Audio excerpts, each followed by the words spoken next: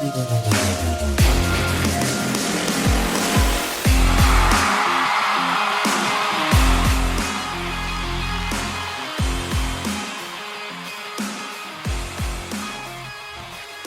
Colts Nation, schedule was released on Thursday. Today is what, Saturday, I believe? Correct? It says the date above me. While I was looking at this schedule, other than trying to figure out which game was practical for me to attend, living out here in New York, alone, a Colts fan by myself on Long Island. By the way, spoiler alert, absolutely none of them are practical for me to go to. But besides the point, it also had me thinking, with the schedule that we have this season, the Colts, without a doubt, have a shot of slipping into the playoffs here, right? And I was recently watching the great Kent Sterling. I'd imagine if you're watching this channel, many of you know who that is. And he had gone on a little bit of a rant talking about how we can be lulled into optimism in the offseason. Of course, I'm paraphrasing, but something to this effect of, it's just that time of the year. Well, that's why the offseason is so great, right? Where you're optimistic despite what happened last year. It's like a clean slate, and you can try to look at things and look forward to next season. By the way, Kent, if you happen to be watching this, doubt you are, but if your eyes happen to hit his video, I would love to work with you. But besides the point, now you can call me biased with a statement like this and a video title like I have on this. I don't really care. This is a Colts show after all, right? But when you pair the schedule that we have in front of us with some of the positive takeaways from this offseason, I don't really view the idea of wildcard contention for the Indianapolis Colts as that crazy of a take. So I want to get into all of that today, and by the end of this video, I'd like to believe that I'll have put together a valid case for legitimate optimism for these Colts. Optimism that they, 1 year removed from a 4-12-1 season, can very well be playing some meaningful football this season in weeks 16, 17, and 18, and perhaps even beyond that. So we're going to get into it. But before we do, real quick, little housekeeping. For those of you who have never been here before, welcome. My name is Justin. This is the Ride the Bench Colts cast, recording it in my bedroom right here. For those of you who have been here before, welcome back. Always grateful for you. Quick favor, if at any point during this video you're enjoying it, just bloop, shoot the video a like. It takes 2 seconds. Helps me get out to as many people as possible. And then if you want to stick around for the journey and know when all these videos comes out, feel free to subscribe. But at the same time, I'm really just making this for you to enjoy. That's what's most important to me. If I'm making a product that takes your mind off the stresses of the day just a little bit, even if it's only in a 10, 15, 20-minute spurt, that's great for me. So now let's get back into the Colts. What's more important is this schedule, right? Now, I am not going to go on and list all of these games, right? Because if you're anything like me, one, you've already looked at the schedule, and two, if you haven't looked at the schedule, what are you doing? But even, besides that, me just spouting off these names, right? You're not going to retain an 18-game schedule by me telling it to you, right? But of course I am here to speak about it. So I want to kind of take it from the perspective of who are the most difficult teams that I see us versing this season. And in my estimation, the teams are as followed: Jacksonville, Baltimore, the Rams with Stafford returning, Cincinnati, New England in London, right? Is it London or Germany? I think it's Germany. Damn, I was looking for an excuse to pull out the accent there, right? Pittsburgh, if I hadn't said them yet, and then maybe Carolina and the Browns. Now, if you just heard those teams right there and thought to yourself, Justin, most of those teams aren't even that good. Bingo! Now you know where I'm going here, right? Now, that's not to say that we, the Indianapolis Colts, are literally better than all of the teams I just listed. In fact, in quite a few of them, I don't think we're better than them at all. But this isn't any given Sunday league, right? You don't have to literally be better. You just have to be good enough on that given day, right? This isn't one of those sports where you play a team in a series all but ensuring that the best team nearly always comes out on top, removing all of the excitement from the game, right? This is one of the games, one of the sports where all the marbles on the line every single week, and that really, in my estimation, is what makes football probably the greatest sport on planet Earth, which, by the way, to every other sport, while you're getting crushed by the NFL in ratings every week, maybe this is something to consider. Here's a little tidbit for you, right? Look at all the success that the NBA had with the play-in game. Why is that they had that success? Well, they play one game and they make the playoffs, but that's besides the point. I'm just a football genius. Right? I'm sorry. Some of you may understand my sense of humor. Some of you may not. That's a joke. Regardless, I'm digressing too much from the Colts. I'm getting ahead of myself here. I'm getting out of my own head, and I'm letting it play out in front of you, right? Just filibustering all over the place. I'm losing my sense of purpose here, right? Let's get back into it. I've digressed too far. Jacksonville, week 1, right? We versed the Jacksonville Jaguars. Now, obviously, as Colts fans, this isn't like the greatest news on earth. What are we now? 9 straight seasons, right? Without winning in week 1. Is that correct off the top of my head? And going into last year, right? I mean, Houston hadn't beaten us in, I think, 8 straight games. But then we were also in week 1, like 0-8 in the past 8 seasons, right? So you had these things just colliding with one another. And I mean, lo and behold, somehow we figured out a way to tie, which not for anything. That makes enough sense, right? Neither streak could be broken. I remember at the time, I was like, man, I should have bet on a tie. That would have been genius. But regardless, my point is that we don't do very well in week 1. And then to play the division winners of last season and the presumed favorites coming into this season in the AFC South, week 1, probably not the most optimistic about that first week, if I'm to be completely objective, right?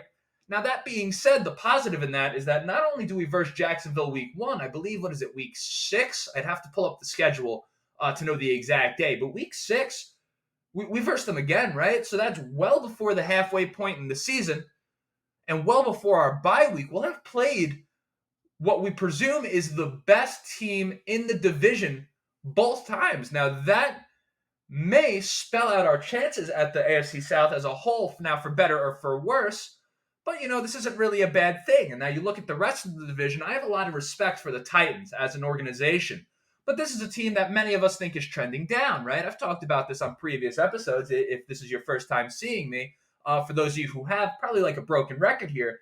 But you have Ryan Tannehill, who we don't love. They have no receivers that are relevant at all. Treylon Burks I like, but, when Treylon Burks is your best receiver, you're in a bit of a tough spot, right? And then Houston, another one. They picked up Robert Woods. I just learned about this the other day. That's their only receiver that has any credibility at all. And they have a young rookie quarterback. So, Houston, Tennessee, and Jacksonville ultimately makes up just about half of our games. And when you take into account that Houston and Tennessee not looking too great, can the Colts come out of the division 500? Can we come out of it above 500, right? Maybe 5-3 in the division is possible. Lord forbid we shock the entire world and beat Jacksonville week 1. But regardless, if we could just split with Jacksonville and then do well in those games with Tennessee and Houston, all of a sudden we're above 500 there with an easy schedule to boot, right? The AFC North we're playing? And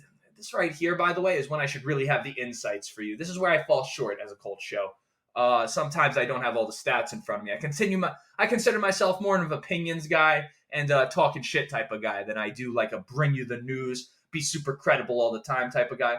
Point being is that our division's pretty weak. Our schedule is pretty weak. I believe if you took the average of all of our opponents last season and you took their records, I believe the average record was something along the lines of like 7-10. So, this is very doable this year. Now, of course, there's going to have to be other things that fall into place, right? An easy schedule isn't enough. We're calling it an easy schedule. But on the flip side, you have a lot of those teams probably looking at us as a team on their schedule that's a very winnable game, right? So beyond the schedule, there are going to have to be some things that happen to ultimately prove me right for this video to age well, like a fine wine, So I want to talk about some of them, right? For starters, Steichen and Richardson have to be the combo that we're hopeful that they can be, right? And now many of us already know, but for those of you who don't, obviously Steichen had a massive, massive amount of success. This is a very, very accomplished coach. Obviously, we look at guys like Phillip Rivers that he coached early in his career, then to how Justin Herbert came out firing as a rookie under Steichen's leadership. And then on top of that, obviously, what everyone talks about with Anthony Richardson because of the strong running type of quarterback, raw, right? The success he had with Jalen Hurts, right? And then you take that into account or take with that Anthony Richardson's character, right? How much we like him as a worker, as the self-aware guy that knows where he falls short. You put these two things together, this is a recipe for some potential big success. It's possible that Richardson comes out early and is way better than many of us think, right? Now, of course, I'm talking about this from the perspective of this is what would need to be true for the Colts to contend, at least in terms of being a playoff team or a wild card team. Now, I do also want to mention something, maybe not as popular as a talking point, but do not forget the potential benefit of all of these other teams never having seen both Steichen's Colts and Richardson's Colts. We have a new coach and a new quarterback. Now, that can be a negative, but on the flip side, it, as I'm saying, can be a positive, right? Because this is going to look nothing like what the Colts put out on the field last year. So a lot of teams, particularly early in the season, are kind of going to be guessing, right? I assume maybe they'll be watching the Eagles a bit and what they were doing, and then obviously whatever games have been played to the season up to that point. But they're really not going to have a lot to go off of as to what the Colts may present to them on offense. All they can do is assume, but they have no actual, literal, guaranteed proof. Did I just shake the screen? I might have just shook. I got to stop doing that. So, with that right there is a potential thing. Also, we must go back to the roots of running the damn ball. In fact, I have a sweatshirt put out by Barstool Indy that is Jonathan Taylor running through a brick wall saying run the damn ball. That's what we have to do. But now the dynamic between Anthony Richardson and Jonathan Taylor, right?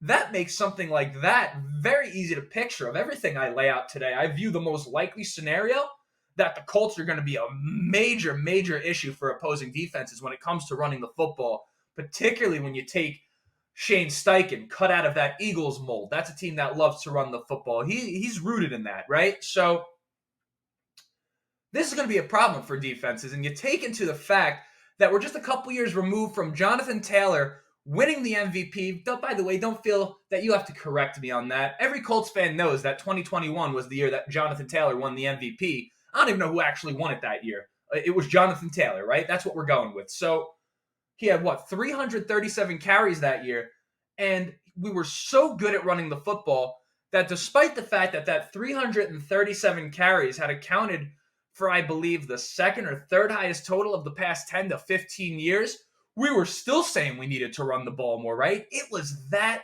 good. And you look at the offensive line. I know we underperformed last year, but Braden Smith, Ryan Kelly, Quentin Nelson, whoever we fit in at right guard. I love Raymond at left tackle. I mean, we've got some really good talent on that offensive line. And if we could just get into the mentality of punching teams in the mouth, running the ball, we're going to be able to do it if the mentality is there. Now, I trust Steichen to bring it for us.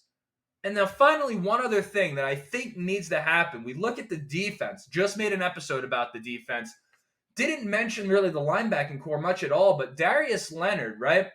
This is a guy that we really need to return healthy. Now, maybe he doesn't have to be 100% of Darius Leonard. After all, he was looking like what might be the best linebacker in football during that stretch. But I do have some concerns about the defense overall. Now, I'm optimistic about certain players, but this is a young unit and a unit, rather, that would be considered thin by many from the outside looking in, and really for me too. But that's just maybe because we don't know some of these guys. Someone like Darius Leonard, I feel like the pulse of this defense, right? The maniac. Oh, Darius. I'm sorry, Shaquille, the linebacker formerly known as Darius. If he were to come back healthy, just his presence would be massive for us because we still would have some superstars on defense, right? We would have Darius Leonard. We would have DeForest Buckner as that core. And then a bunch of other guys to come in and boot. Kenny Moore, let's not completely write him off. This defense is going to have to come together. And most importantly, Darius Leonard is going to have to come into this season somewhat healthy. We're going to need his presence on the defensive side of the ball. But if Steichen and Richardson can put it together year one, we could be effective on the ground, real effective on the ground. And then Darius Leonard can be healthy. And then this defense can gel, right? And we use that running of the football to maybe keep them off the field, do this defense a favor, maybe control the time of possession when possible. These things coupled with what many would consider to be a softer schedule early, I understand. This can be a season where we look back and say, wow, we came out of this thing with 9 or 10 wins, and hell, we're playing in round one of the playoffs, right? So that is my entire thought on that. I suppose this was my coverage of the schedule, which really didn't turn out to be much about the schedule at all, but congratulations, you've made it to the end of it. So thankful for you listening and still being here right now. If you've made it this far, this is where you shoot the like, because presumably, unless you just love misery, you must have at least enjoyed the episode a little bit if you've made it to the end. So this is where you shoot the like, perhaps even subscribe if you feel so inclined. If you've already done both of those things, you're looking for another way to help me out. The biggest ask I give every time is if you really like this show and you're rocking with what I'm doing, if you just share this with one other person, just one other person that you know that loves the Colts as much as me, as much as you, that would go an incredibly long way in growing this thing. But that's pretty much it. I think I've asked all of those things that they tell you to ask when you have a channel like this. And that is it. So until next time, that is all, Colts fans. You just listened to another episode of the Riding the Bench Colts Cast. Woo!